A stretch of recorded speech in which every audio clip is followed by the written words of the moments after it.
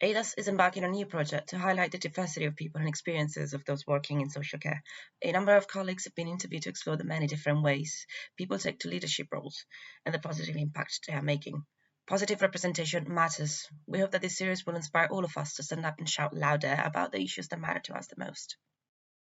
I'm Vanna Changlee. I'm a principal social worker in a London local authority.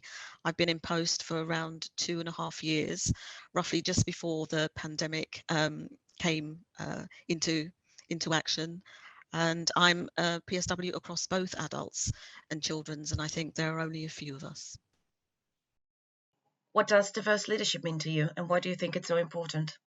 I think in the first instance, it's about recognizing there's a wealth of knowledge and varying perspectives that people will bring, and seeing myself as a woman, and also as being part of a global majority reflected.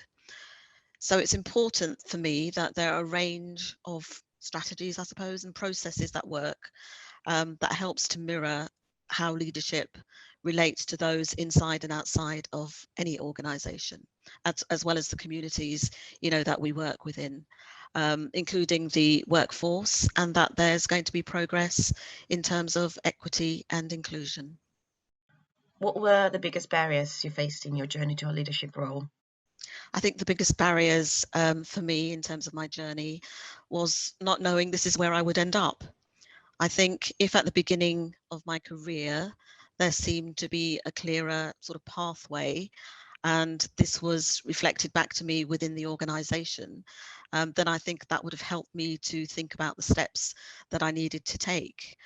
I would have been more mindful, I suppose, of where I could be, and not seeing myself in positions that potentially I could have been. And I think what has happened over the years is that other people have seen that potential.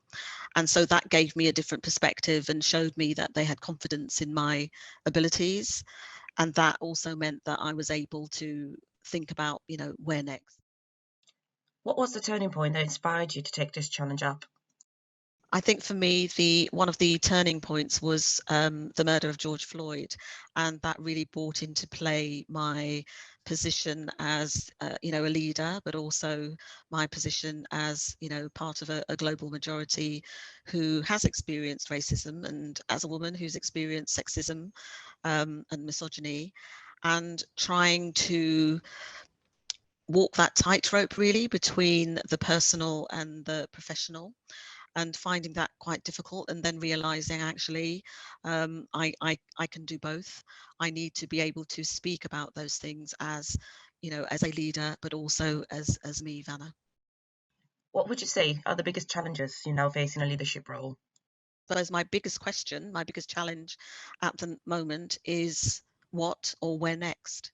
And I participated in the ADASS Springboard initiative, which was really, really helpful in terms of being able to sort of live the experience by putting strategies into place whilst I was working. I think the difficulty for me is that so many different local authorities are running their own leadership programs.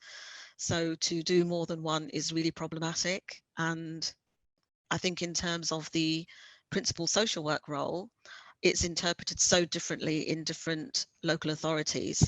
So the ability to influence and be strategic will vary depending on where people are situated. What is a simple but often overlooked change senior leaders could implement to create a welcoming and inclusive work environment?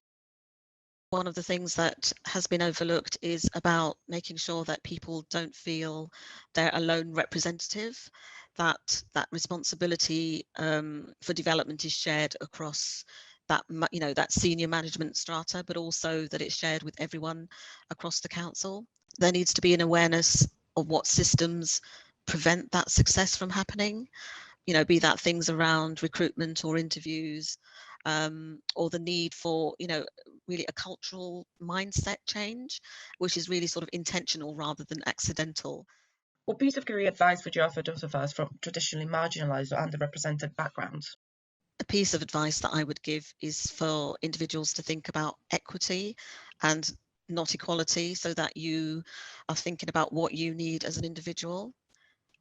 Alongside that, it means that you can bring your authentic self to work and not feel that you always have to separate the professional and the personal.